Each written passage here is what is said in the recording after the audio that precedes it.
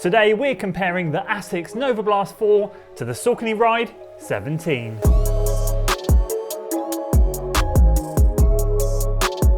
So these are two shoes that I received within a week of each other, one that has been absolutely outstanding and one that's been slightly underwhelming. We're going to be stacking up these two shoes against each other, go through the pros and cons and share with you which shoes I really do think are more similar rather than these two, because I feel there are better pairings out there than these. So if you're excited for today's video, guys, make sure you give it a like, share it with your friends, and of course subscribe to the channel for weekly running content. Let's dive in and start with the Novablast. Right, so quick apologies, location change, better lighting, worse sound. I do apologise for the echo. My office got rather busy then, a little bit too noisy with all the phones going off.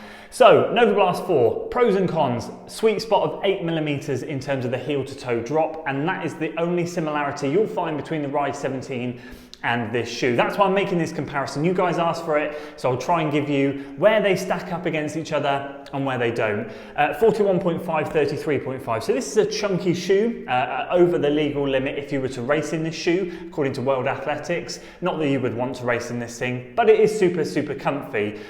3 runs in it now, so 1 extra run since my initial review. It was another moderate run, and it was another disappointing subpar run in the shoe. What I've always found with the Novablast is I could do zone 1 and zone 2 work really nicely in the shoe. Zone 2-1 being easy, zone 2 being my moderate, steady running. I've found that this one really isn't as lively and exciting when it comes to pushing the pace in the shoe. Definitely that third run confirmed what I was thinking in my first impressions. You've heard it from a load of reviewers, to be honest with you.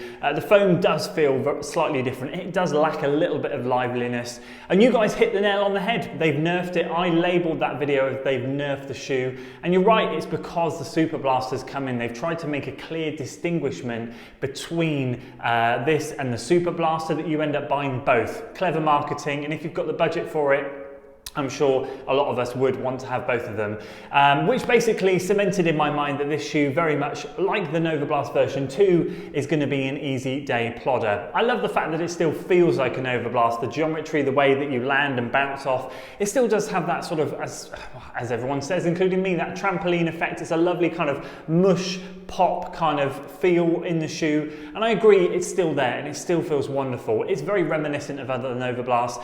I just feel it's probably out of the 4 versions the least effective, and as you guys highlighted and I've just mentioned, that's probably down to the fact that the Superblast has come into play. And then we talk about the Ride 17 and the pros and cons, and this thing has had an upgrade for the better, despite the fact that another similarity between the two shoes, they both had weight gains from their previous versions. I should have mentioned the Novablast 4 has gone up 18 grams from the version 3. Well, this one has gone up 34 grams in my UK size 13 from the version 16, but it's all for the better. Better midsole foam. This changes the shoe. We've gone from Power Run to Power Run Plus, and suddenly we're talking about a shoe that weighs 354, 55 grams. It will all be on screen anyway, which very much is slap bang in the middle of that daily trainer category. But my word, can't you pick up the pace in this shoe? Totally different from the Novablast 4, which is lighter, 334 grams or 2 or whatever, but feels just absolutely dead when you're trying to pick up the pace. And that's the difference between the midsole foam. There's a lot of emphasis, I put it on as well, I'm guilty of it, of weight in a shoe, but weight isn't always everything. It depends what the midsole does for you, and that really can be the game changer in a shoe. The upper is wonderful and comfortable, that's great, and that can change how you feel about the shoe in terms of comfort. But what you get from the ride in the shoe is all down to the midsole usually. And as with all Saucony stuff, you've got the form fit upper, you've got the speed roll technology, you've got everything going for it, which is the geometry of the shoe, the way you roll through the stride. And the Power Run Plus is much more responsive, much more bouncy. You get so much more feedback when you land in this shoe, and you can pick up the pace. The first run I did this shoe was a nice long run.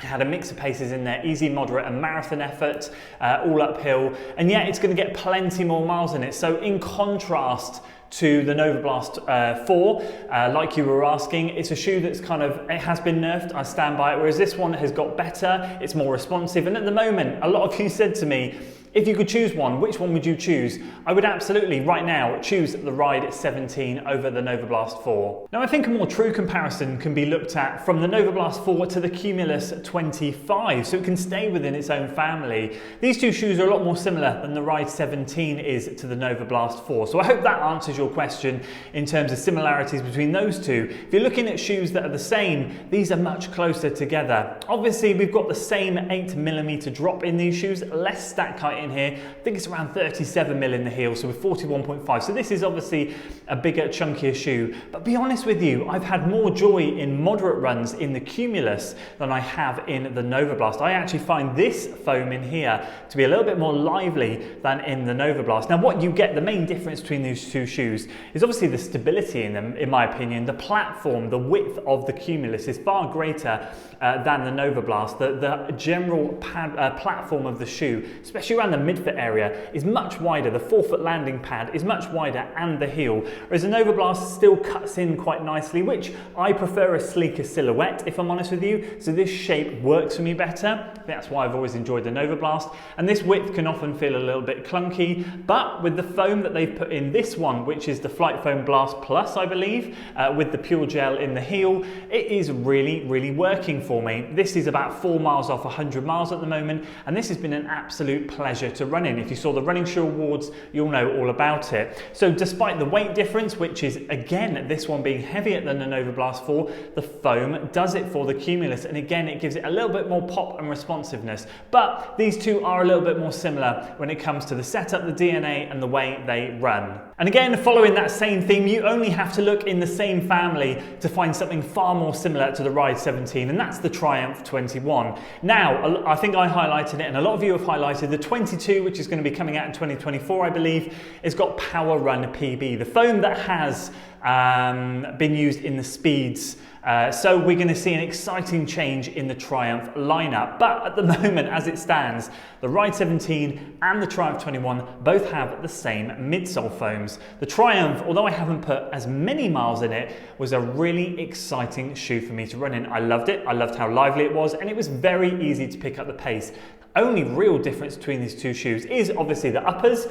Completely different upper, but we have a 10mm drop in this one and an 8 in this one. And as 8 is far more natural for me, I do prefer the Ride 17 to the Triumph. But the Triumph is lighter by a couple of grams, and overall these two shoes are very, very similar. So if you're a fan of Triumph 21 and you love the Power Run Plus in this shoe, then this shoe is going to be a winner for you. If you don't mind the 8mm drop and you don't mind dropping down, I always found when I did run in this one, the heel was a tiny bit chunky, and I didn't notice it when I was running, so this thing does feel a lot better and smoother. Overall though, these two are far more similar than the Novablast. And although these two shoes don't ride as similar as the other ones, I got the very same feeling in both of these shoes. They're on a Cloud Stratus 3.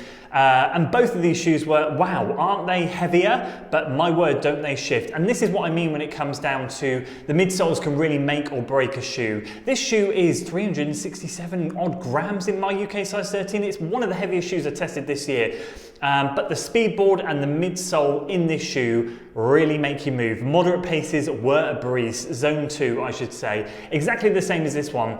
And the feeling I got when I unlaced this one after finishing that long run where I went through the gears in it was exactly the same as this one. That wow, I can't believe how these two heavy shoes have moved and made it feel so easy to go through the gears. So just thought I'd share that with you. When you do pick up this shoe, think about how heavy it is compared to some of your other shoes around this weight category, and just how much easier it is to go fast in them. So there we go, you guys asked, and hopefully this video has delivered in terms of answering the questions of the Novablast 4 versus the Ride 17. Had a few of you drop comments on some of the recent videos about comparing these two, had a couple of Instagram messages as well, so hopefully this answers the question. Shoes that, although maybe from the outside look relatively similar, for me, absolutely two different kettles of fish. This one is very much now going to be an easy day plodder. This one can absolutely pick up the pace, and we'll be getting a fair few more miles in it starting next week. Now I've got some more testing out the way. So those are my thoughts. I'd love to hear what your thoughts are on these two, and of course if there are any other comparisons